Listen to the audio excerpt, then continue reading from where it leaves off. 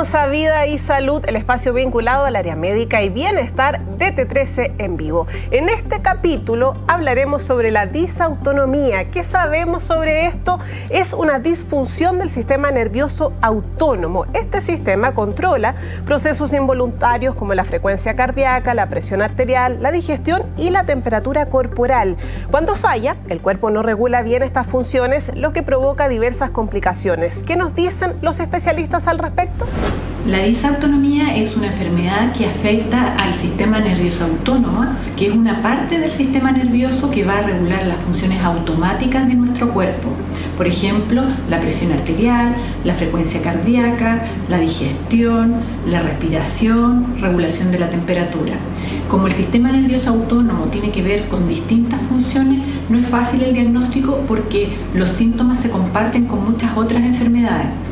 Sin embargo, si tenemos síntomas como mareo, malestar general, sensación de desmayo, el ponernos de pie, taquicardia, palpitaciones rápidas, estos pueden ser síntomas atribuibles a la disautonomía. Bien, profundicemos más sobre este tema, sobre la disautonomía. Para eso estamos con el doctor Marcos Opazo, cardiólogo de Interclínica Viña del Mar. ¿Cómo está usted? Muy bien. Qué bueno, me alegro mucho, gracias por estar con nosotros aquí. ¿A qué se debe que se presente la disautonomía?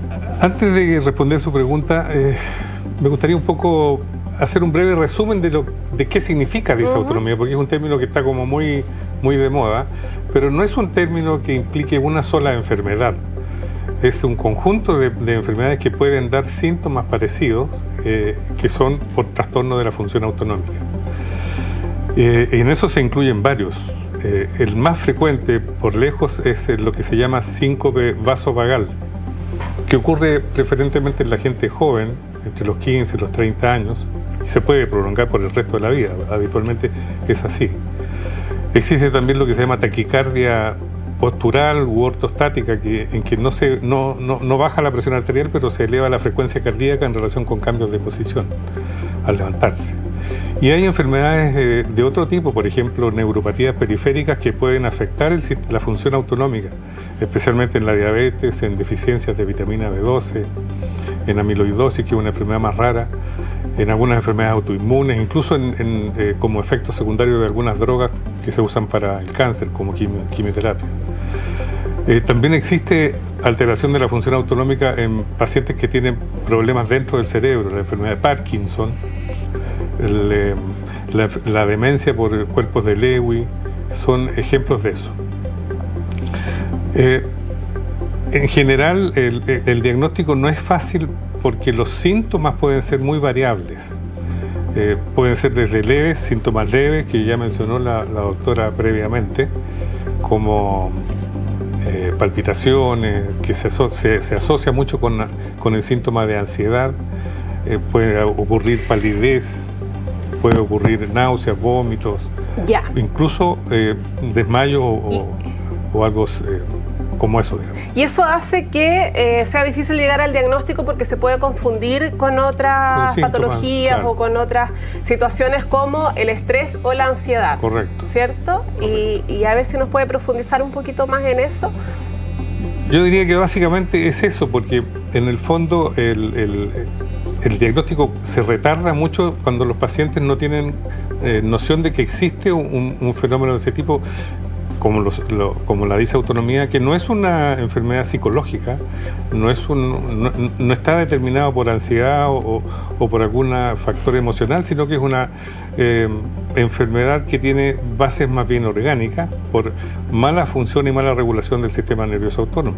Eso hace que el diagnóstico se dificulte porque primero el paciente no lo sospecha y segundo, si los síntomas son leves, el médico tampoco necesariamente lo va a evaluar. Oiga, ¿y se da más en alguna edad específica? ¿Afecta más a hombres, a mujeres? Desglosemos un poquito el escenario de esta enfermedad. El síncope vasovagal, que es el más frecuente dentro de este grupo de enfermedades que comentamos,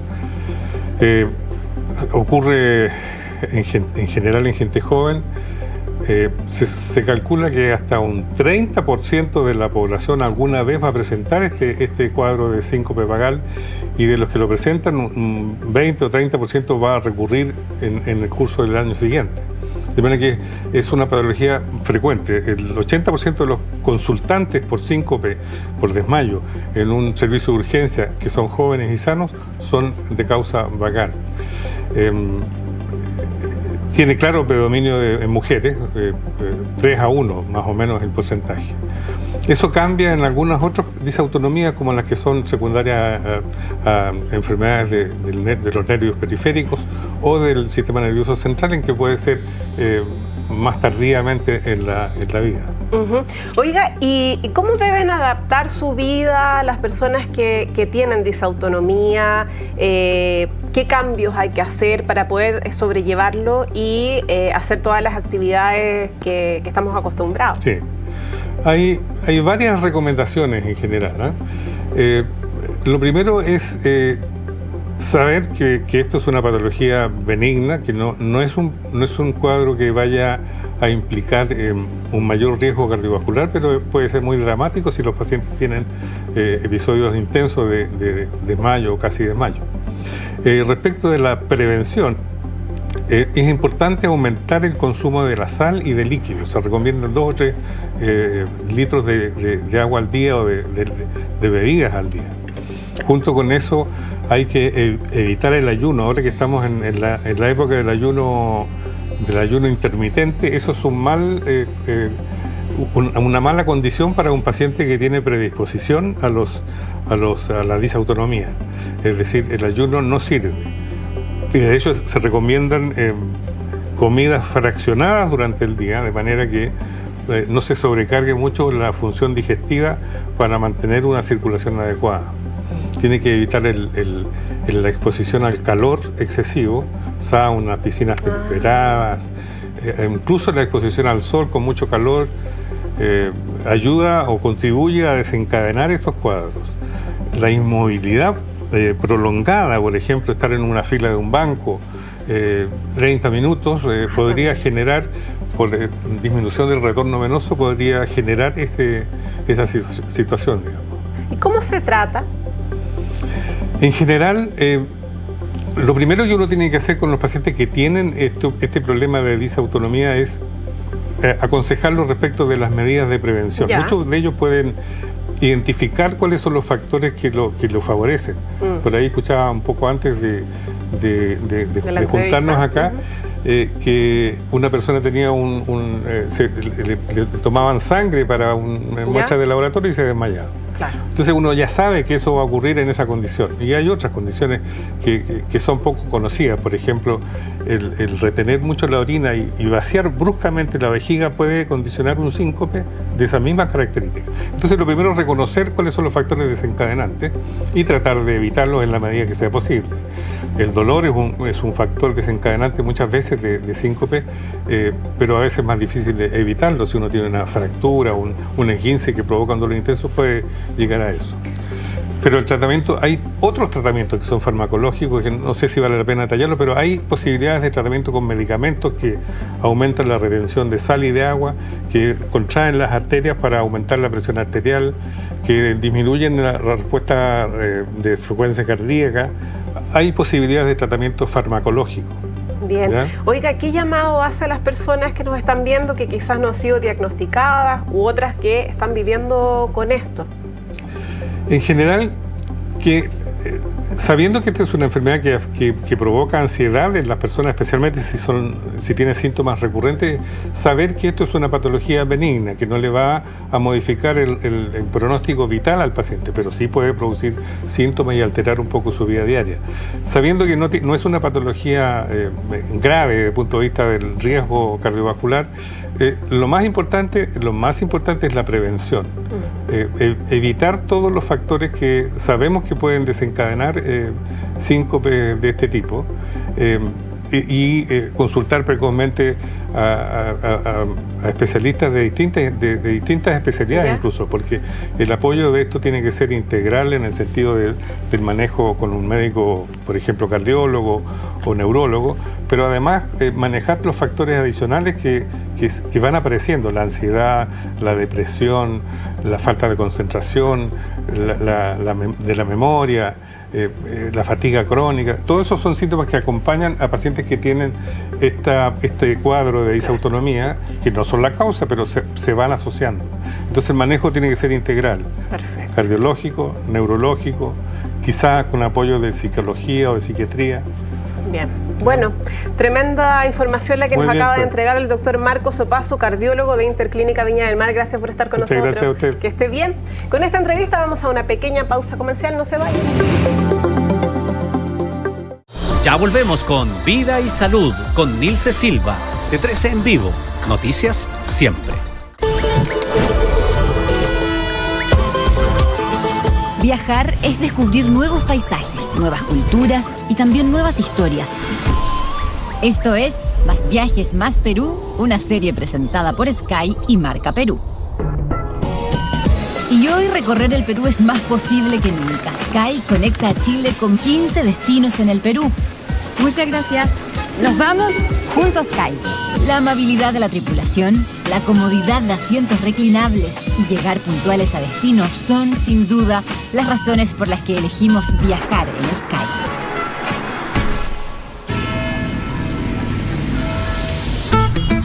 Siempre me gusta ese momento antes de despegar, cuando sabes que en unas horas vas a estar en un lugar completamente distinto. Hoy viajamos a Lima, una ciudad donde la historia, la cultura y la gastronomía se encuentran en cada rincón.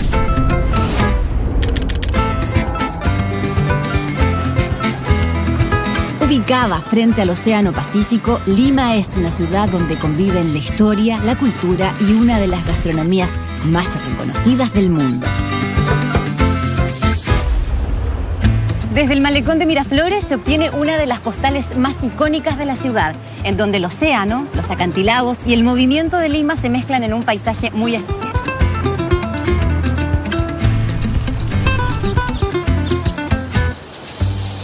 Desde el aire también se puede descubrir otra perspectiva de la ciudad. Dicen que volar en parapente aquí es increíble porque la vista que se obtiene de la costa es espectacular y ahora vamos a comprobar.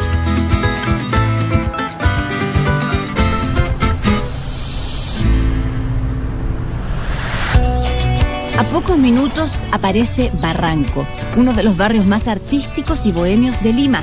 Sus calles, llenas de murales, galerías y cafés, lo convierten en un espacio donde la cultura y la creatividad están presentes en cada rincón. Barranco ha sido bastante permisivo con los artistas porque siempre hubo una pared disponible para pintar. Barranco tiene una energía muy especial. Es uno de esos lugares en donde el arte se mezcla con la vida cotidiana.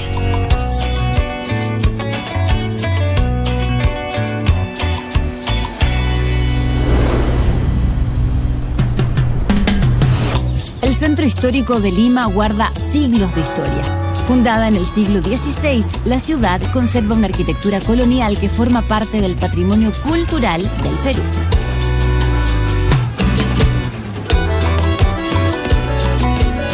Aunque Perú es un país mayoritariamente católico, la fe acá juega un rol altamente importante. Hay fusiones del cristianismo con creencias tradicionales andinas.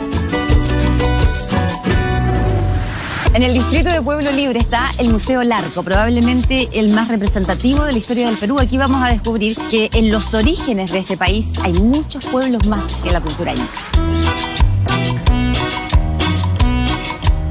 Lima es también un importante centro cultural. Sus museos nos muestran la historia del Perú a través de civilizaciones milenarias y de expresiones de arte contemporáneo.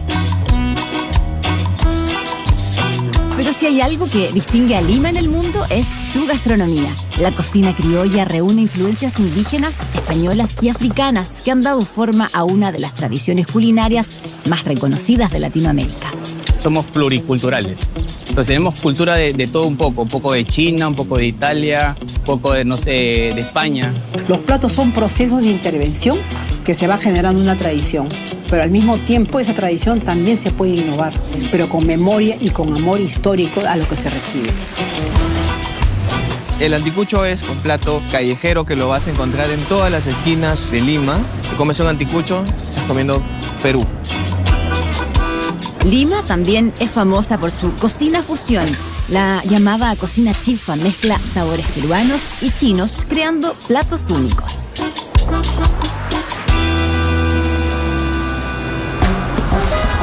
Y cuando cae la tarde aparecen los dulces tradicionales que forman parte de la vida cotidiana en la ciudad. Los picarones son parte de la tradición limeña, pero no solo eso, hay que probarlos porque son de verdad deliciosos. Lima es una ciudad donde los sabores, la historia y la cultura se encuentran en cada rincón. Y este viaje por el Perú continúa porque aún nos quedan muchos destinos por descubrir. Esto fue Más Viajes, Más Perú, una serie presentada por Sky y Marca Perú. Sigue con Vida y Salud con Nilce Silva, de 13 en vivo. Noticias siempre. Bien, ya estamos de vuelta con más Vida y Salud y les quiero contar lo siguiente. Vamos a hablar de la ley de etiquetado de los alimentos. Ya han pasado 10 años desde que se implementó y según un estudio destacado de una revista médica bien prestigiosa, nuestros resultados han sido efectivos en la salud de niños y niñas. Miren. ¿Te fijas en el símbolo negro? La verdad de las cosas, en mi caso particular, sí me fijo. Pero yo que cuando ya alguien ve esos sellos, indudablemente uno se intimida. Porque igual nos genera un poco de conciencia con lo que vayamos consumiendo. Sellos que están en los alimentos procesados para ayudar a hacer compras más saludables. Ley de etiquetado que este mes cumple 10 años. Los estudios han mostrado que se han logrado todos los objetivos que tenía esta ley. Impulsar el cambio de hábito, mejorar la información, impulsar a las empresas a que reformulen sus productos, pero faltaba cerrar, digamos, de alguna manera el círculo y mostrar resultados efectivos sobre la salud de las personas. Con la nueva ley de alimentos, Chile sabe lo que come. Su implementación partió en junio de 2016 de manera progresiva. Hoy ya está en pleno funcionamiento, con sellos negros reconocidos que indican alto en calorías, grasas, azúcar y sodio. Uno trata de buscar algo más saludable. Y aparte que igual en los más chiquititos, sí, te mandan la minuta, entonces igual uno tiene que, entre comillas, como fijarse más en el tema. Un grupo de investigadores de la Universidad Adolfo Ibáñez y el INTA realizó el primer estudio que muestra el efecto del etiquetado en la salud. Analizaron más de 300.000 niños de prekinder a primero básico entre 2012 y 2017.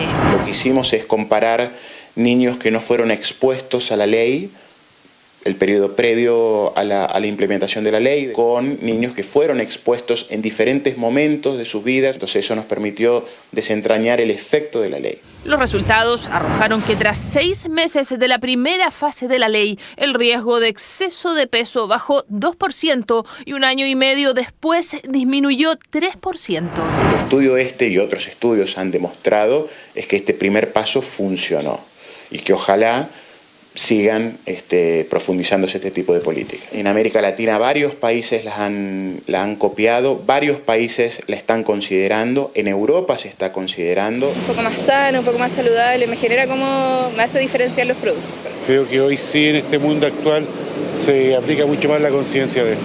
Estudio que fue publicado y destacado en la revista científica de Lancet, porque Chile sigue ocupando los primeros lugares en obesidad, pero esta ley ha sido un paso fundamental para avanzar en reducirla.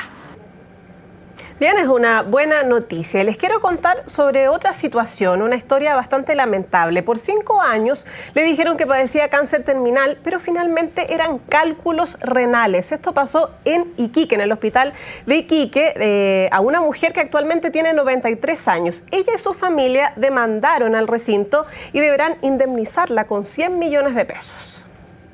¿Qué haría usted si un médico le dijera que tiene cáncer terminal? Probablemente comenzaría a prepararse para lo peor. Eso fue exactamente lo que vivió la señora Norma. En el año 2019 asistió por primera vez al Hospital Regional de Iquique con fuertes dolores. Los exámenes levantaron una sospecha, un posible tumor en el uréter derecho. El uréter es el conducto que une el riñón con la vejiga, de modo que es el conducto que permite la excreción de la orina de un individuo. Es un cáncer difícil de diagnosticar en principio. Suele diagnosticarse por la presencia de un tumor. Y para saber si un tumor es maligno, ella debía realizarse una biopsia. pero ese examen en la señora Norma nunca se realizó. Se le detectó este tumor y se le indicó inmediatamente a su familiar que ella tenía un cáncer y que ese cáncer a su longeva edad no era tratable. La paciente fue incorporada a cuidados paliativos. Por 5 años estuvo postrada bajo el cuidado de su hija, que por instrucción del hospital debió administrarle morfina, lo que le provocó un paro cardiorrespiratorio. Se le pidió a los familiares que entraran a despedirse de ella porque ya evidentemente iba a fallecer. ¿Qué pasó? Al no haberse administrado más morfina, la señora Norma empezó a repuntar. Sí, porque lo que finalmente padecía eran cálculos renales. Podría o puede dar sintomatología similar a un cálculo urinario, pero tanto la radiología como la visualización directa en una cirugía permiten hacer el diagnóstico diferencial con relativa facilidad. Uno puede clínicamente pensar que se trata de un tumor maligno, por ejemplo, y la biopsia confirmar que es un tumor benigno, lo que cambia radicalmente el pronóstico. La familia demandó al hospital y, tras analizar los antecedentes, el tercer juzgado de letras de Iquique ordenó indemnizar a la afectada y a su hija con 100 millones de pesos. Ellos se excusaron evidentemente en señalar que ella tenía un tumor y que nunca le habían señalado la palabra. Hizo un reclamo al hospital y al ser contestado señala expresamente que no se realizó la biopsia y la deriva al Policlínico de Urología para que solicite explicaciones. El Servicio de Salud de Tarapacá anunció que presentará un recurso ante la Corte de Apelaciones para frenar la indemnización. La afectada actualmente tiene 93 años y goza de excelente salud, esperando dejar atrás el tiempo que creyó que la muerte estaba cerca.